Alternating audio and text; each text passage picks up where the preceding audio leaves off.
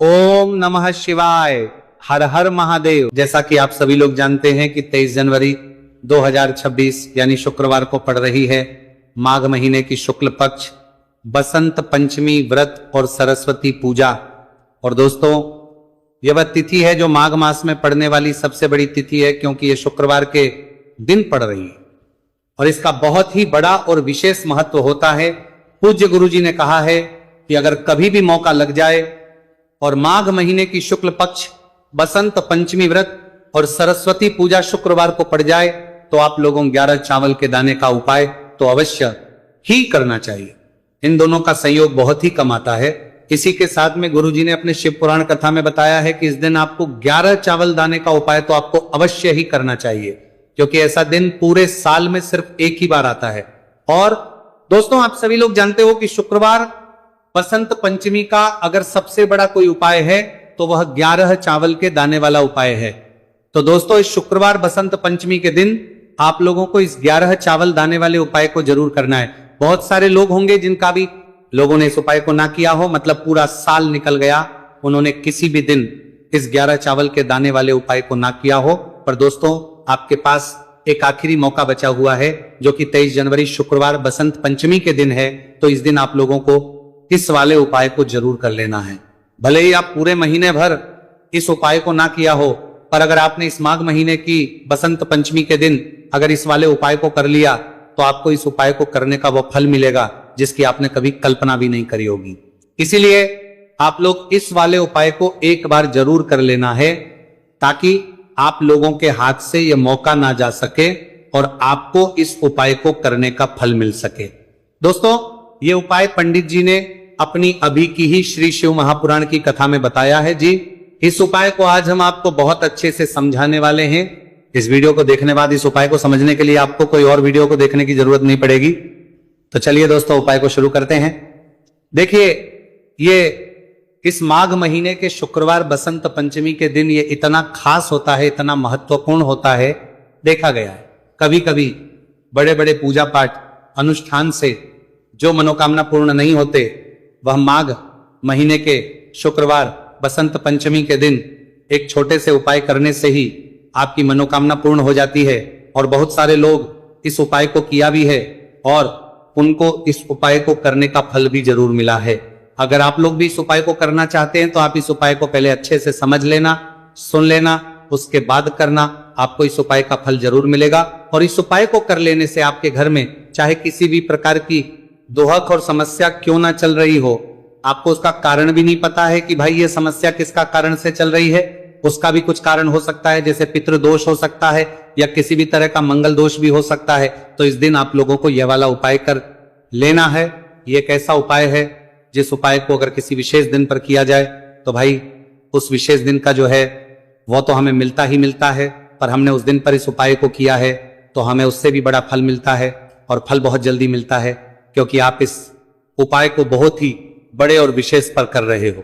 तो चलिए अब उपाय के बारे में बात करते हैं, लेकिन उससे पहले आप लोगों को यह जानना आवश्यक है कि आखिर यह उपाय किस समय करना है, किसको करना है और कैसे करना है। तो चलिए हम आगे आपको वीडियो में एक एक करके बता रहा है देते हैं। लेकिन उससे पहले अगर आप लोग हमारे चैनल पर पहली बार आए हैं या फिर मेरी आवाज आज पहली बार सुन रहे हैं तो हमारे चैनल को सब्सक्राइब जरूर कर लेना, और इस वीडियो को करके कमेंट बॉक्स में श्री शिवाय नमस्तुभयम ओम नमः शिवाय जरूर टाइप कर देना।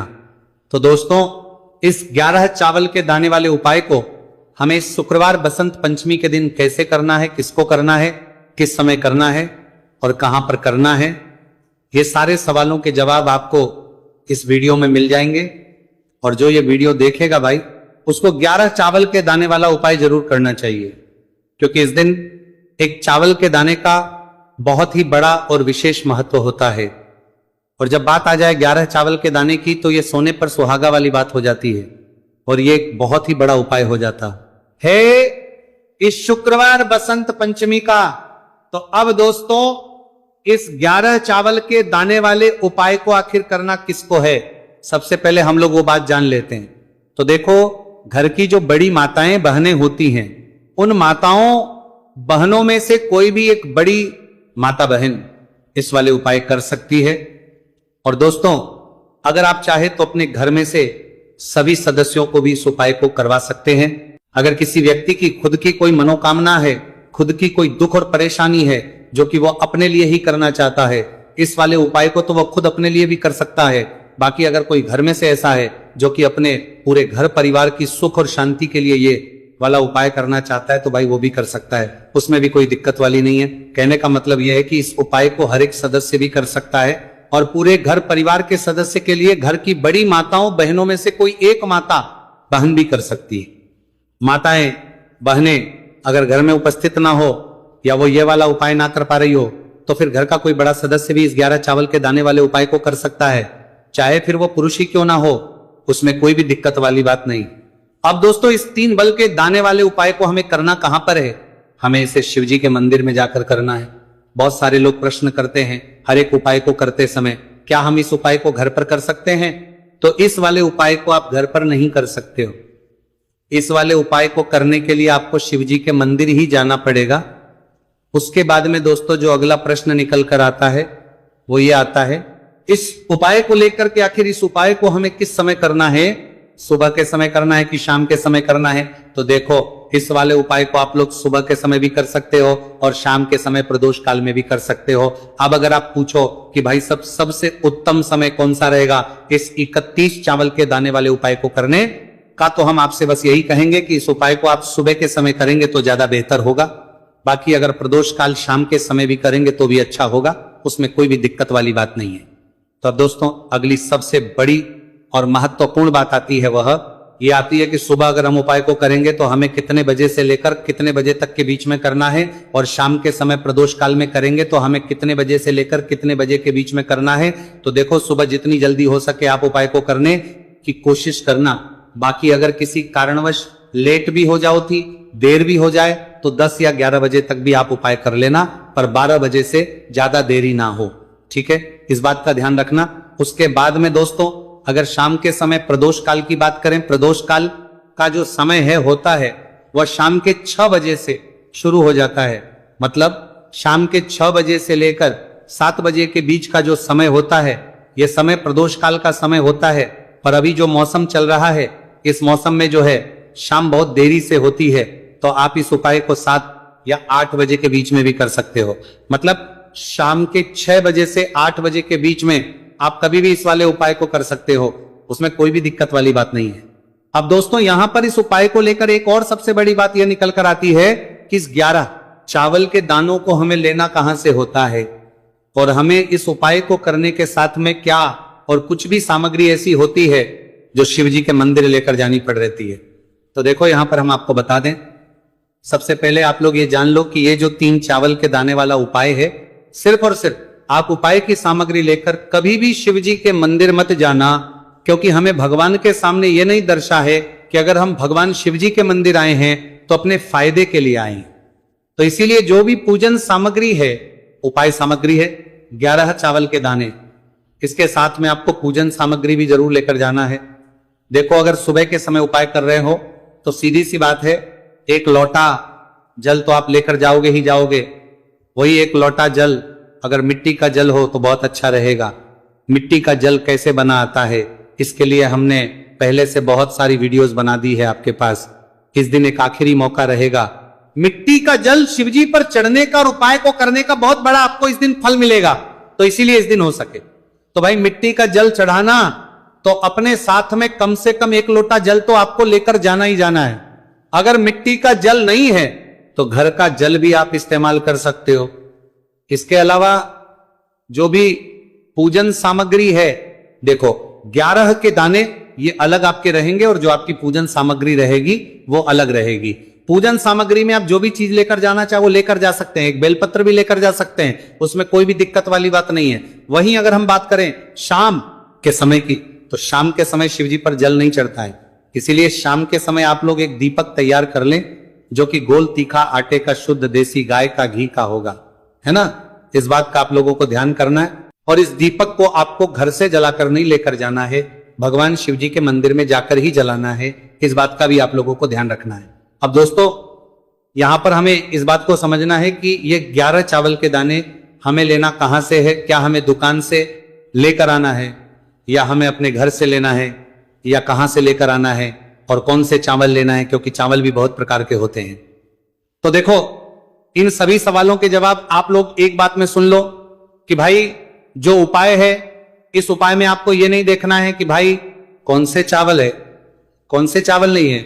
बस जो भी चावल ले रहे हो वो चावल का दाना सबूत होना चाहिए, मतलब साबुत होना चाहिए, टूटा हुआ नहीं होना चाहिए, कटा पीटा नहीं होना चाहिए। यह बात आपको ध्यान रखना है।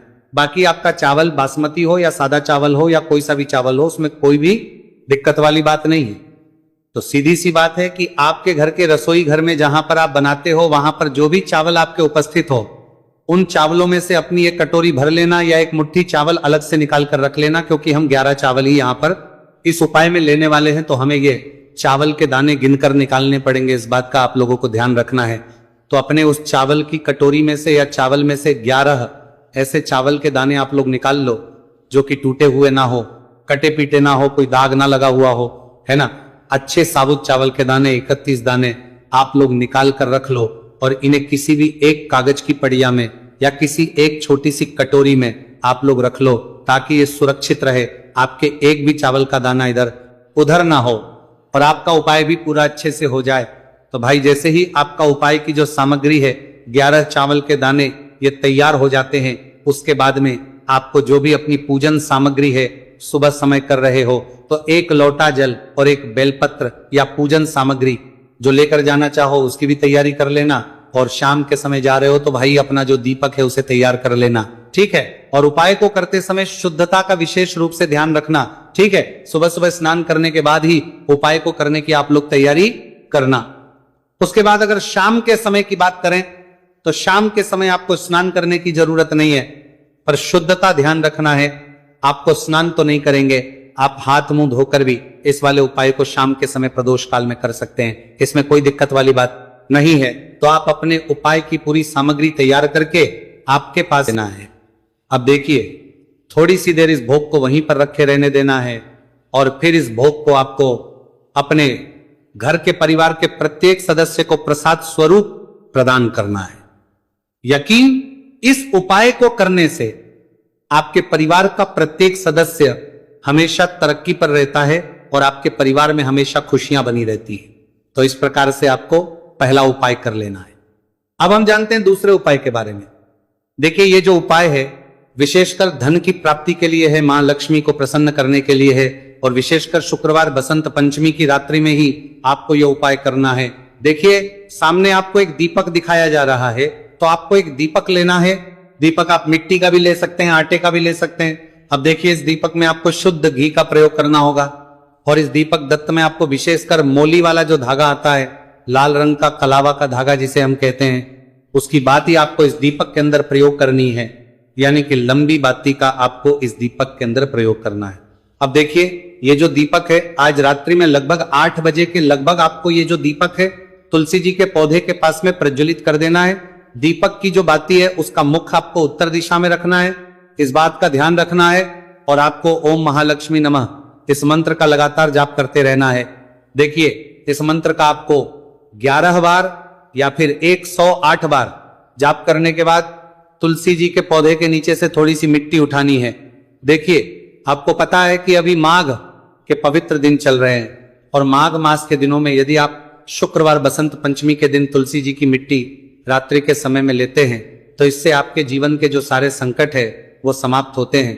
अब देखिए, आपको एक गिलास लेना है, उसमें आपको जल भरना है और जो आपने तुलसी जी की मिट्टी ली है सबसे पहले तो उसे आपको उससे गिलास के अंदर डाल है और इसी के साथ में आपको एक चुटकी हल्दी भी उस पात्र के अंदर डालनी है। अब देखिए, इस जल का छिड़काव आपको अपने पूरे ही घर में करना है। देखिए, जल का छिड़काव आपको अपने घर के प्रत्येक कोने में करना है, मुख्य द्वार पर करना है, प्रत्येक कमरे में करना है, केवल अशुद्ध स्थानों को आपको छोड़ना है। बाकी आपको प्रत्येक कोने में, प्रत्येक कमरे में जहां आप धन रखते हैं, चाहे रसोई घर हो, वहां पर आपको इस जल का छिड़काव करना है। और जल का छिड़काव करते समय आपके मन में यही भाव रहना चाहिए कि माता लक्ष्मी की कृपा से हमारे जीवन में हमेशा धन धान्य के भंडार भरे रहे और जीवन में जो भी संकट है, कष्ट है, वो सभी दूर हो। इस प्रकार से कामना करते हुए सुंदर भाव के साथ आपको यह उपाय करना है। देखिए इस उपाय को करने से घर का जो दुर्भाग्य है वह दूर होता है। तो इसीलिए आपको शुक्रवार बसंत पंचमी की दिव्य रात्रि में यह उपाय करना है। अब दोस्तों हम बात कर लेते हैं तीसरे विशेष और अंतिम उपाय के बारे में। देखिए इस उपाय के माध्यम से भगवान विष्णु और माता लक्ष्मी दोनों ही प्रसन्न होने वाले हैं। तो देखिए इस उपाय को करने के लिए सबसे पहले तो आपको दीपक लेने हैं। दीपक आपको 2 लेने होंगे। आप चाहे तो दोनों ही दीपक मिट्टी के भी ले सकते हैं। दोनों ही दीपक शुद्ध आटा माखकर उनके भी तैयार कर सकते हैं। अब देखिए दोनों ही दीपक के अंदर आपको शुद्ध घी का प्रयोग करना होगा।